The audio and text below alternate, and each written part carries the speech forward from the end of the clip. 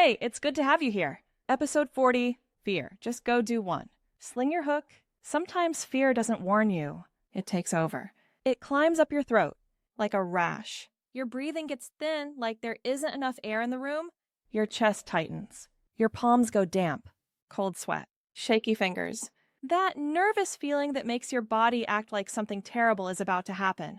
Even when you're just holding a phone, or staring at an email, or hovering over send, and it hits so fast, like a text that lands and says, "Can we talk?" Or a sudden meeting invite that you don't want. That new beginning you want for yourself.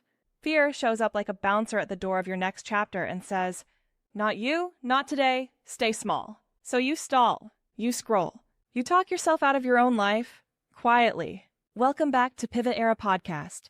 Today's episode is called Fear. Just go do one and sling your hook. So, what makes fear so real and extra convincing is because it's physical.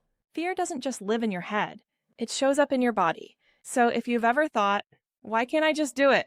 Why do I feel like this? Remember this. You're not lazy or broken. What's happening is that your system is trying to protect you. And take note, it can feel like this, even if it's protecting you from something that isn't actually danger. We've all been there, right? Yikes, unless it's just me.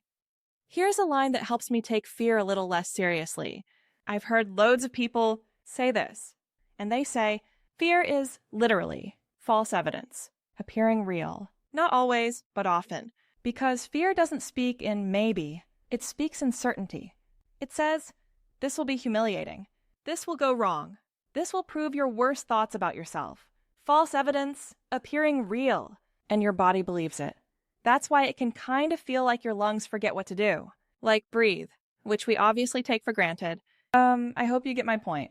Okay, so let's bring this to a place that's very human. Let's compare it to dating. Yikes, I know, right? Because dating is basically fear with a calendar invite, especially if you're getting back out there after a breakup, or after a long stretch of focusing on work. Dating asks you to do the thing fear hates most. Be seen. Not seen like a LinkedIn post. Seen like a person, with long pauses, with hope, with needs, with the possibility of rejection. Online or in real life, double whammy. And fear shows up early, before you even leave the house. It says, what if they don't like me? What if it's awkward? What if you say something weird? What if you run out of things to say and your personality evaporates? And you can feel it too. Tight chest, nervous sweat. Like you're walking into an exam or worse for your driving test. Here's what I wish we normalized. Some dates are just bad. Not traumatizing, not life-ending. Just, proper awkward, you misjudge the vibe. You laugh too loud, you tell a story that lands like a dead bird on the table.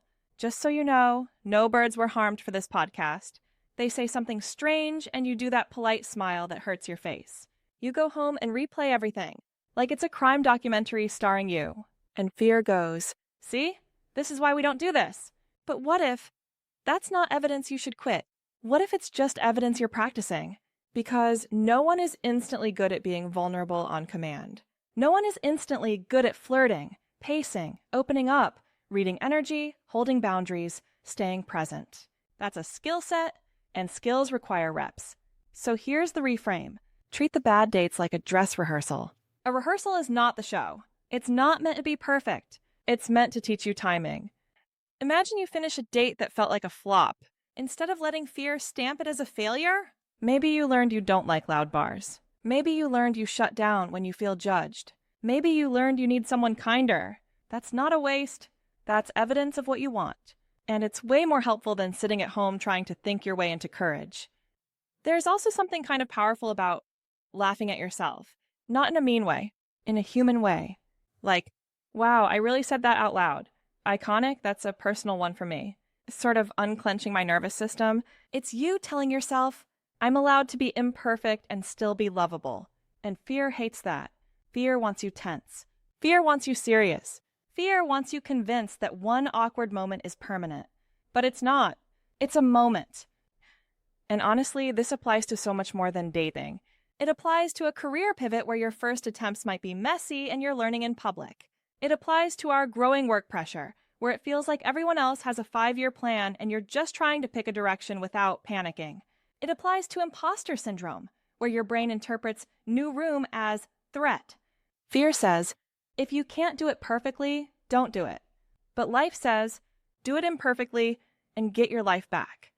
So when I say, fear, go do one, I mean, do one small thing that creates evidence. Because fear is loud when your proof is silent, and the proof you need isn't other people telling you you're great. It's you doing the next right step and realizing, oh, I survived. I didn't combust. I didn't crumble with awkwardness. I can do hard things. Just remind yourself, it's just false evidence, appearing real. So go on. Say yes to one low-stakes coffee for networking or a date. Small steps do count. It really does. And if the fear shows up in your body, tight chest, sweaty hands, try this. It works for me. Long exhale, softer shoulders, and tell yourself, I'm not doing this to prove I'm perfect. I'm doing this to prove I can. And of course, fear can come with you, cold sweat and all, but it doesn't have to hold the steering wheel. So go on, tell fear to sling its hook. This is an AI voice-powered podcast shared by humans who simply want to connect across generations and normalize the art of starting again. New episodes drop every Wednesday and Sunday. Share it with someone who's navigating their own pivot or who needs to hear that beginnings aren't failures. They're growth.